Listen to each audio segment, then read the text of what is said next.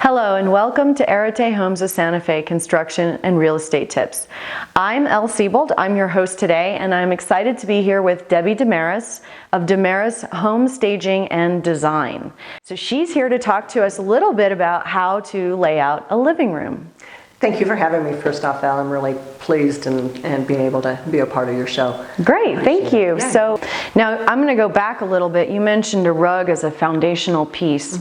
Now I have, obviously in my own house, I have not chosen to do a rug. It's like, well, what, I mean, is it really terrible not to have kind of a second flooring down if you have a beautiful wood floor, let's say, or something like that? Well, and that's a good point, because here in Santa Fe we have so many different types of flooring, and when you use a rug, it also warms up the space. And not everybody wants to have a rug, and that's okay too. But when it comes to design, it comes to staging, a rug is always really a key factor, because what it's doing is it's defining the area. And perhaps in your house, without using a rug, you've already defined your area because of a different floor plan. And that's always real important too. And another way to be able to anchor the pieces that you have is using a coffee table, whether it's a coffee table or an ottoman. I like using ottomans because they're multi-purpose, and coffee tables as a coffee table or as a seating, extra seating. Yeah. So how do you choose the coffee table? Do you kind of pick the couch first and then say what would go with this, or how do you? And that's definitely a good point. And there's always those key elements, you know, and the first thing that I do when I'm staging one of the Arete homes is what is the color palette that we're using. And I try to bring in furniture and accessories and decor that's going to complement that floor plan. And in doing that, I also get a feel for the room. For instance, with these gorgeous views and these low windows, I did not want to have tall pieces of furniture in here to break up that nice flow and for that nice natural light to come in. So I chose to do low profile seating. Okay, that makes sense. As opposed to the high profile seating. And kept the chairs, slipper chairs in this case, without the arms, just to keep with that nice flowing movement that we have here. Yeah, that's interesting. It's subtle. I hadn't picked that up, but I see it now that you point that out.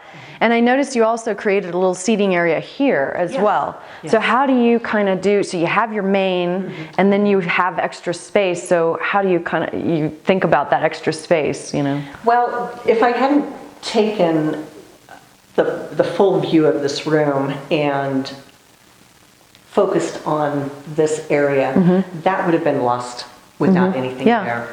It's not a good area to put a cabinet, it's not a good area to put tables and that sort of thing. And creating a separate seating area over there creates a little bit more intimacy.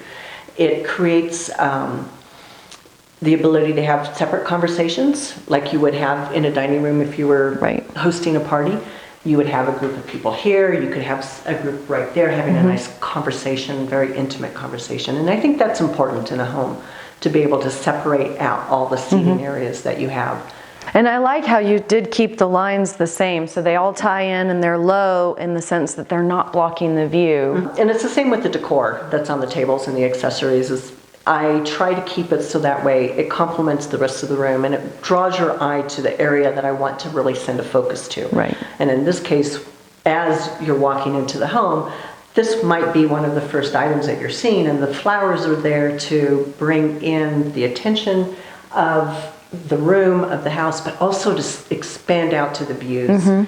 Because what's so great about having a house, you know, with all these views? No, I mean, in this house, it's to complement the feature, which is the views. So, and it's very important staging is that I'm complementing the architectural features as opposed to just putting furniture in a home. Good too. Anything else that you want to add that you think people should know when they're designing their living room space? We all have the things that we love and our little tchotchkes or knickknacks or whatever you want to call it. And I try to limit those when I'm staging the home, and it's different when you're designing because you want to be able to incorporate that. And I would say, you know, find an element that goes together and make a collection, and that will give more pop to the room as opposed to having a whole bunch of little things here and there. and spread out. And then pops of color. You know, the nice thing about it is get your solid foundations. Get a solid couch, get solid chairs, get a solid rug if you choose to do a rug. And then switch it out with the pillows, with the throw pillow. We always like to, you know, cuddle up in a nice warm throw. And in this situation, I don't have a throw here, but the pillows can be interchanged for seasons.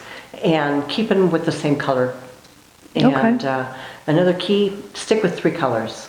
Make one more predominant and then use some accents. As you'll notice here, you know, the yellow and the golds are accents. Yeah, and also in the rug. I don't know if we can see that on the camera, but it definitely is the same color theme, including the art pieces. And I try to bring in different elements of different texture because that's important too. Because texture. When you're walking into a home, you want to be able to feel those different layers that are built on. And it's a very subtle and very subconscious act that as somebody that's trained in this profession can do to be able to make the home feel more like home. Yeah, and great. if you need a rug, I'll be happy to help you. Thank you, Debbie. Well, thank you so much for joining us today. I think that was really helpful for people. It was helpful for me. So if anybody has questions, feedback, comments, you can feel free to email, call, or leave a comment below. So thank you for joining us, and until next time. Bye.